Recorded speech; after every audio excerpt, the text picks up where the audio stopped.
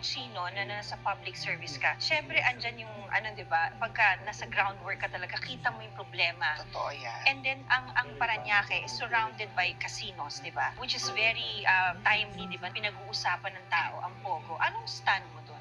Because of the recent issues, no? Medyo hindi ako sang-ayon sa Pogos. Because sabi nga nila, nagbibigay siya ng malaking revenue for that specific city. Pero kung kalakip nun ay meron silang ginagawang illegal, tortures, kidnapping, or worse, killings. Kung ako ang chief executive, kahit wala na lang Pogo, basta wala rin ganon. I think it applies not only to Pogo. Anything that's illegal shouldn't be accepted in any community, Tama. right? Diba? Kasi kung ito-tolerate natin ang Right. Pogos na may kalakip ng mga illegal activities, di sana nagbenta na lang tayo ng shabu.